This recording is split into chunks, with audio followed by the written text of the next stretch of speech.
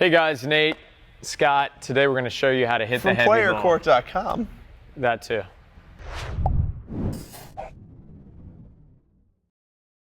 All right, guys, today we're talking about how to hit a heavier forehand. This video is for players with the PlayYourCourt rating of 50 to 80. If you're not in the PlayYourCourt rating system, it makes Nate really sad at night.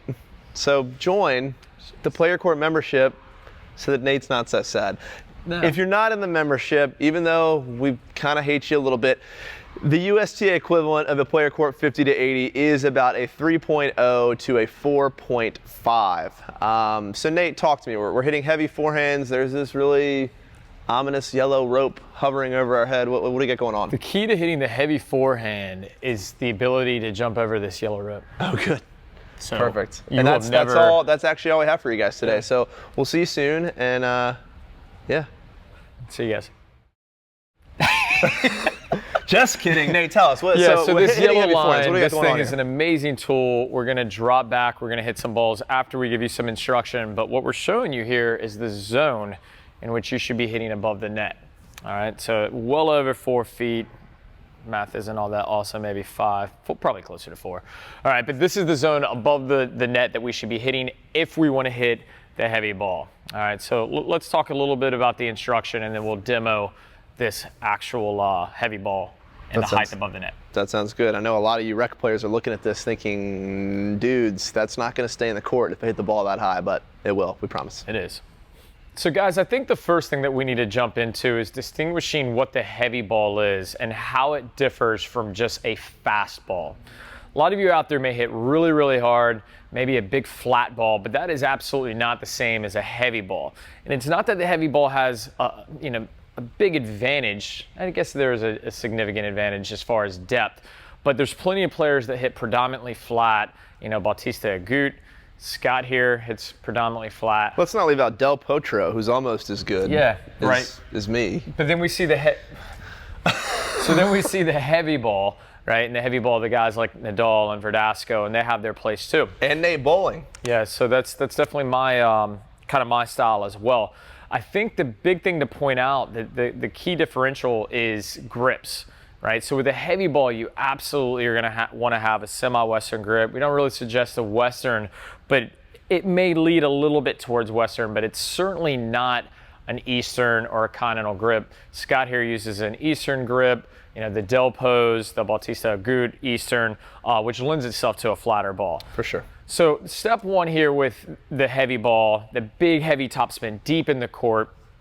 And when we use the term heavy, like, what do you think of when you hear heavy? Ball that comes in and kicks up and feels like the weight of the ball pushes me back off the court, right? Right, yeah, it's actually what the ball is doing after it bounces, right? So it's not just sheer velocity, it's actually the weight of the ball through contact that feels like it's pushing you back. Right. So step one, semi-Western grip is gonna really lead you to this heavy ball, all right? 2, most of you guys are starting with your racket head up. I mean, really, you kind of have to because you got to get the leverage and the force to the ball to create the true heavy ball. But the other point that I want to really focus on is stacked shoulders here. By getting stacked shoulders, you're going to get a lot better coil and get through a position to where you're going to be able to get this leverage and hit the heavy ball. And the third and final is really a vertical swing, right? So if the leverage is up above the ball as my racket is falling, I really want to make sure that I'm allowing that racket to get below my wrist to where I'm really accelerating under the ball and really on the outside of it. I think part of what we see are players trying to hit the heavy ball that are starting low and they're just going more like 6 to 12 on the ball. And on the true heavy ball, although you're going under the ball, you're really going from, 6 to 3? You're going on the outside of the ball as well and getting that big windshield wiper. I think visually you'll see this too. I'm not sure if you can see the yellow rope in the background here, but it's a big, high target we're trying to get you hitting over the net. And without that exact racket path, the ball has no chance of staying in the court, right? So like a huge component to the heavy ball and why you have to use the semi-Western forehand grip and hit so high over the net is because the top spin, what goes up must come down and then it's gonna jump back up again, right? So you're trying to create this arc over this big yellow rope behind us that lends to the ball bouncing back up and pushing your opponent back, which creates the heaviness that we're going to show you. So the last little tidbit here with this yellow line, you got to have a target, guys. So I know, like, when we were juniors, I'm a little bit older than Scott. Insert joke here. But what we want to focus on, like when I was a kid, we had these PVC pipes that had the big targets, whatever. And honestly, they may not even been high enough. I would always try to aim over the window that the PVC piping gave me to get it to focus on this heavy ball. And that's what this yellow line is going to do. It's going to give us a target to really make sure that we're reaching, because at that point we know we're going to get well past the service line, and that height is going to lend it to that big rebound off the court. All right, so should we hit some? Take a look? Yeah, let's jump in, show them what this heavy ball looks like compared to a flatter ball. So what we'll do here, the first angle is going to be Scott, and you're going to see his Eastern grip and how low he keeps the ball. We'll talk about the advantages and disadvantages of that in a moment, but let's first take a look at it, and then I'll come back around. I'll hit a bigger, heavier topspin ball, probably a better ball, and we'll talk about the advantages and disadvantages there as well. All right, guys, so as Nate mentioned, we have very different game styles. We first want to show you my forehand, which penetrates the court more. It's not going to go quite as high as Nate. It's not as heavy as Nate's ball is. And I would say this is a ball that higher level players are going to use to attack when they see open court space.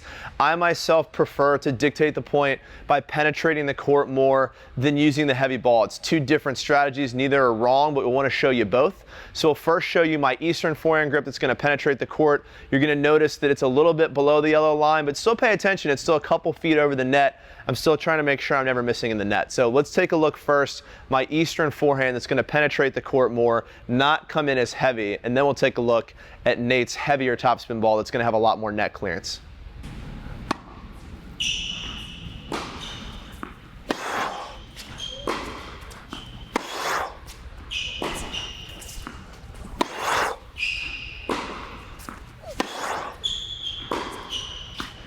All right, guys, so as you can see there, both on my forehand and backhand wing, I personally hit a flatter ball, an Eastern forehand grip, a very flat backhand, but the ball's still clearing the net by a couple of feet. You're just not going to get that same height as you would on Nate's ground stroke to hit heavy. So what we're going to do now is we're going to switch sides. We're going to have Nate come over here and walk you through how he's hitting the big heavy ball that's his normal rally ball.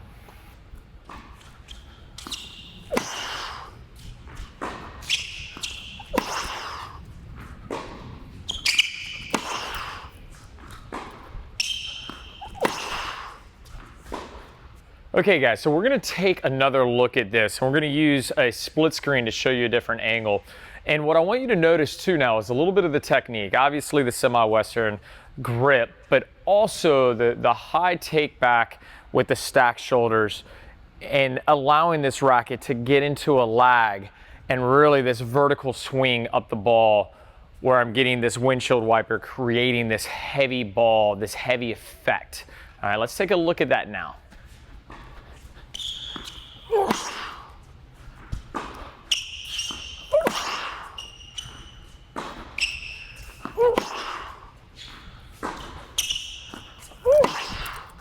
All right, guys, so what you probably can't see there, while you definitely should be able to see Nate's ball, really clear in the net, what you can't see is all the way across the court and how much it would push me back. So for me as a higher level player, the adjustment for me, especially with somebody that has an Eastern grip, is I'm going to step in and take this on the rise.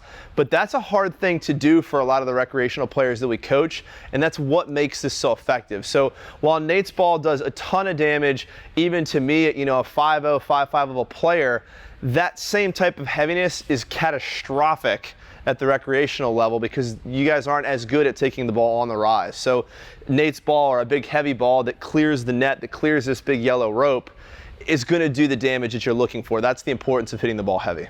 It's margin for error, right guys? So, and that's the main thing, is like you can really grow the court with this heavy ball by getting into the player in the outer thirds of the court.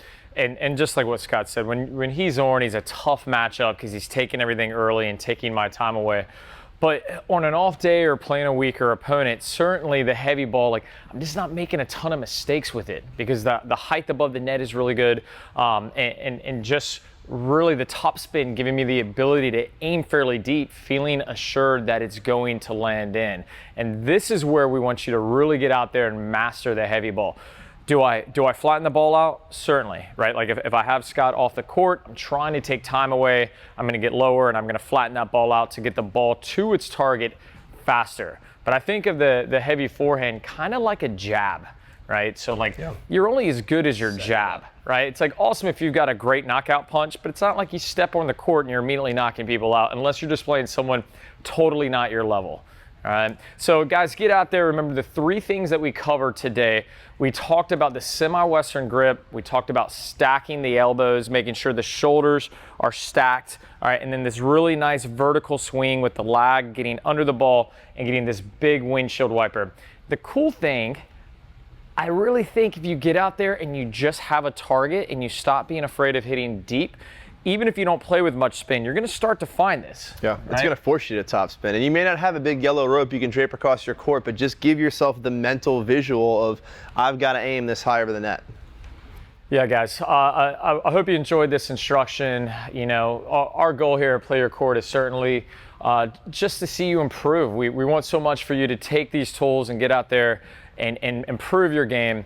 That said, this stuff is today for a very specific skill level, right? Like I know beginners are gonna have a really hard time figuring this out, and I know high level players probably are already doing this stuff. So what we want to do, Nate and I, we want to give you the instruction that's good for your specific skill level. So do us a favor, click the button or the link below, answer some questions for us about your specific skill level, whether you're a beginner or Division I college tennis player.